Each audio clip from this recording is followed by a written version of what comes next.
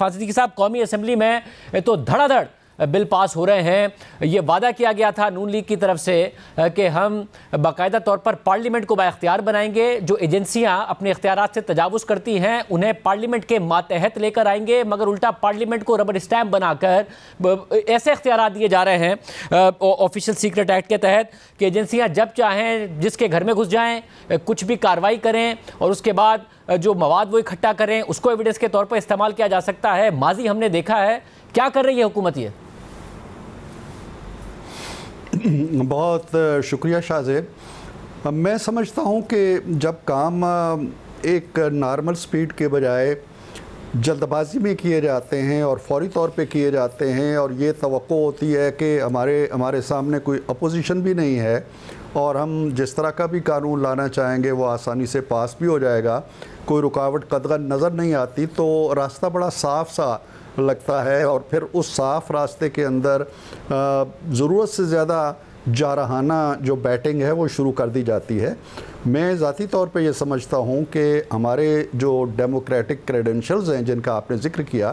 Peoples party के हैं, PMLN के हैं,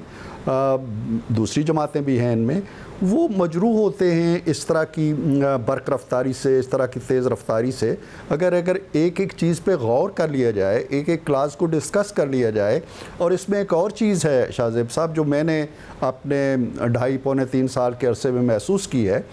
कि ये बिल इवन हमारी जो जमातें होती हैं वो अपने जमाती लेवल के ऊपर भी डिस्कस नहीं करती।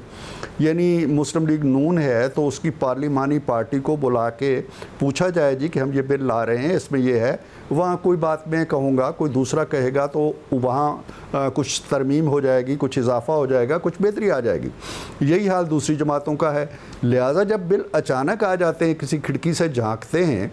और हम एक दूसरे को का मुंह देखते हैं कि यार इस पर क्या कहना है, हमने क्या पॉलिसी इख्तियार करनी है, तो वहाँ फिर उलझाव होता है। यकीनन इससे मैं बिल्कुल, मुझे कोई बात नहीं है, मैं पार्टी लाइन से हट के ये बात कह रहा हूँ कि ये ना हमारे लिए डेमोक्रेटिक क्रेडेंशियल्स के लिए बेहतर है, ना पीपल्स पार्टी के लिए बेहतर है। लेकिन मगर फांसी सिद्दीकी साहब, मैं ये जानना चाहूँगा क्योंकि आप नवाज शरीफ साहब के भी बहुत करीबी साथी हैं, गुज़िश्ता दिनों भी मिले, आप ये क्यों नहीं कह रहे हैं कि मैं पार्टी लाइन के मुताबिक कह रहा हूँ और ये जो कुछ पार्लियामेंट में हुआ, कौमी असेंबली में हुआ, वो पार्टी लाइन के खिलाफ था? अगर आप पार्टी लाइन के खिलाफ कह रहे हैं यानी कि पार्टी लाइन वो है कि एजेंसियों को इख्तियार दे दो, वोट का इज्जत दो का नारा, पार्लियामेंट की बालादस्ती का नारा, वो सारा का सारा मतलब ज़ाया हो गया कि आपको कहना पड़ रहा है कि आप पार्टी लाइन से अलग बात कर रहे हैं? आपने बिल्कुल मेरे अंदर के जज्बात की बहुत खूबसूरत तर्जुमानी की है। मैं उस पार्टी की बात कर रहा हूँ जो बिल ला रही है या जो बिल पास कराती है या जो बिल तेज़ रफ्तारी से, बरक रफ्तारी से मैंने जो नुक्ता नज़र पेश किया वो यकीनन हमारी पार्टी का नुक्ता नज़र है, यकीनन नवाज़ शरीफ का नुक्ता नज़र है और यकीनन हमारा एक जो माजी रहा है उसके ऐन मुताबिक है। मैंने सबसे पहले खड़े होकर कहा जी कि ये जो प्रिवेंशन ऑफ टेररिज्म वगैरह का कानून आप ला रहे हैं ये शिकंजा आप पे कसा जाएगा। उसके बाद फिर सब ने उस पर तनकीद की। एक बात जो मैं कहना चाहता था ना शाहजेब, वो बड़ी अच्छी होती अगर तमाम ये बिल पहले सेनेट में आते। सेनेट एक बहुत अच्छी छलनी थी इसलिए कि वहाँ अपोजिशन बड़ी तवाना तादाद में मौजूद है और हमारी साइड पे भी बड़े वोकल लोग मौजूद हैं जो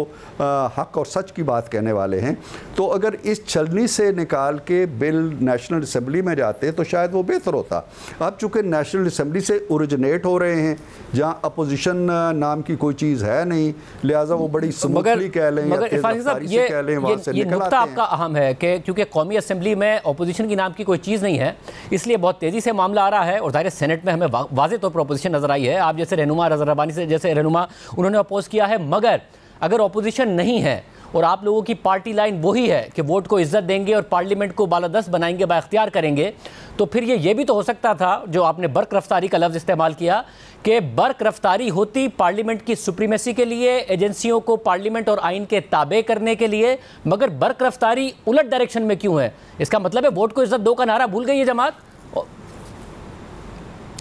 नहीं, ऐसी बात नहीं है। आप देखें कि वोट को इज़्ज़त दो का नारा या जो हमारी एक रिवायत रही है या जो इस्टेब्लिशमेंट के हवाले से हमारे तहफ़्फ़ुज़ात रहे हैं उनका इजहार हम कर रहे हैं। आज भी हुआ है, हाउस के अंदर हुआ है और मुसलसल हो रहा है। आज देखिए 2-3 बिल ऐसे हैं जो बड़े पुरजोर तरीके से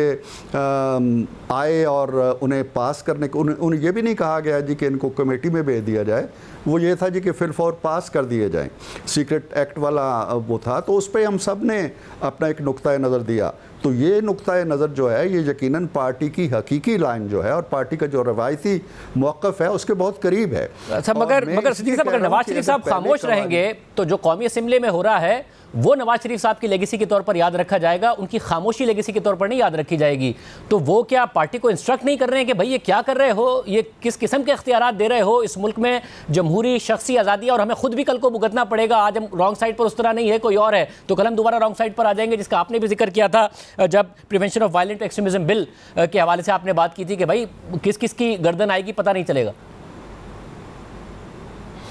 मैं समझता हूँ कि नवाज़ शरीफ साहब शायद फार्मली पार्टी कायद के तौर पर जो बात आप कह रहे हैं ऐसा नहीं कह रहे। शायद वो ये समझते हैं कि हुकूमत के लिए मुश्किलात होंगी, ये एक हुकूमत PMLN की नहीं है, इसमें और भी बहुत से एलाइज़ हैं, उनके अपने अपने मौक़िफ़ हैं और जो कुछ हो रहा होता है उसे PMLN के खाते में नहीं डालना चाहिए। ज़ाहिर है कि बाकी भी ऑन बोर्ड होते हैं। मिसाल के तौर पर कल जिस बिल पे मैं बोला था उसमें PMLN से मैं बोला हूँ, लेकिन पीपल्स पार्टी की तरफ से कोई नहीं बोला था। तो इसलिए बहुत सी जमातें जो हैं वो इस पे होती हैं। तो नवाज़ शरीफ नहीं समझते होंगे कि मैं कोलेशन के लिए कोई मुश्किलात वहाँ बैठ के पैदा करूँ, लेकिन जिन लोगों के उनसे राब्ते हैं उनका जहन बड़ा क्लियर है और वो इन चीज़ों को मियाँ साहब कभी भी मुनासिब नहीं समझते, इसलिए कि ये कौमी मफाद में नहीं है, किसी के मफाद में भी नहीं है। अगर आज ये जो हम सीक्रेट एक्ट वाला बिल है जिसकी मुखालफत हमारे यहाँ हुई है सेनेट के अंदर, PMLN ने की है और बाकी जमातों ने भी की है, अगर ये थ्रू हो जाता है और किसी को बगैर वारंट की गिरफ्तारी के आप इजाज़त दे देते हैं जी कि जाओ किसी को भी उठा लो और किसी को भी कुछ पूछो, कोई किताब है तो उसके बारे में तहकीक शुरू कर दो, तो ये फिर इस तरह की जो आंधी चलती है और इस तरह का जो तूफ़ान उठता है वो फिर घर नहीं देखता है कि मैं इस दरवाजे पे दस्तक दूंगा और इसको छोड़ दूंगा, वो फिर सबके लिए खुल जाता है। अब देखें ना 1923 का जो एक्ट है, सीक्रेट एक्ट जिसमें हम तरमीम करने जा रहे हैं, 1923 के बाद अब 2023 में एक सदी गुजर गई है और एक सदी के बाद हम उसको नरम करने के बजाय, उसको कमज़ोर करने के बजाय, उसके दांत निकालने के बजाय उसमें नए लोहे के और फौलाद के दांत लगा रहे हैं, उसे मज़ीद तेज़ कर रहे हैं। हालांकि एक सदी का सफ़र बहुत काफ़ी होता है और आज तो शायद इस तरह के एक्ट्स की ज़रूरत नहीं रही है। तो मैं समझता हूँ कि ये हमारे लिए जो और हमारे लिए बहुत से मसाइल हैं, महंगाई है, बेरोज़गारी है और ऐसी चीज़ें हैं जो हमारे कंधों का बोझ बनी हुई हैं, जाने वाली हुकूमत की वजह से हो या किसी भी वजह से हो, तो ये वो बोझ जो दानिस्ता हम अपने कंधों पे लाद रहे हैं, इससे गुरेज होना चाहिए। और आप समझते हैं बतौर पार्टी लाइन के सेनेट से थ्रू नहीं होगा ये बिल, अभी तो कमेटी के पास चला गया मगर थ्रू नहीं होगा ऑफिशियल सीक्रेट बिल में जो तरामीम की गई हैं?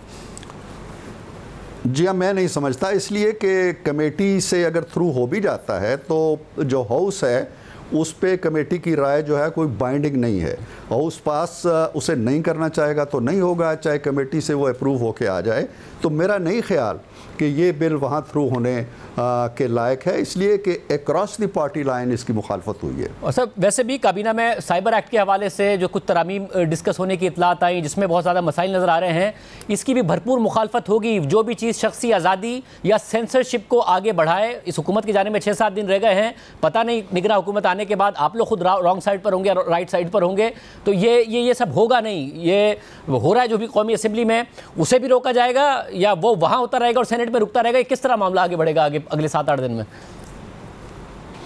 देखिए जी, दो हाउस हैं, दोनों का अपना अपना इंडिपेंडेंट किरदार है, इंडिपेंडेंट रोल है और मैं समझता हूँ कि सेनेट इस वक्त ज़्यादा वाइब्रेंट है इसलिए कि तवाना अपोजिशन मौजूद है और सेनेटर्स जो हैं वो बिलों को पढ़ रहे हैं, गौर व फिक्र कर रहे हैं, एक एक नुक्ते पे बात कर रहे हैं। ये एक्सरसाइज सम हाउ मैं देखता हूँ जॉइंट सेशन में भी हम बैठते हैं, वहाँ नहीं हो रही। वहाँ इजी गोइंग इसलिए लिया जा रहा है, ऐसे ही जैसे आपकी एक बहुत तगड़ी टीम होती है और मोहल्ले की किसी टीम का मुकाबला आप कर रहे होते हैं तो आप बहुत सी नाइसिटीज़ को छोड़ देते हैं। हमारे यहाँ जो सेनेट के अंदर एक बड़ी छल्ली इस वक्त काम कर रही है और मेरा ख्याल ये है कि बिल आखिर जो लोग लोग यहाँ इख्तलाफ राय कर रहे हैं कौमी असम्बली के मंजूर करदा बिलों से, उनकी राय पार्टी के लिए असासा बनेगी और वो जो बुलडोज़ करके ला रहे हैं वो शायद पार्टी के लिए बोझ ही बनेंगे।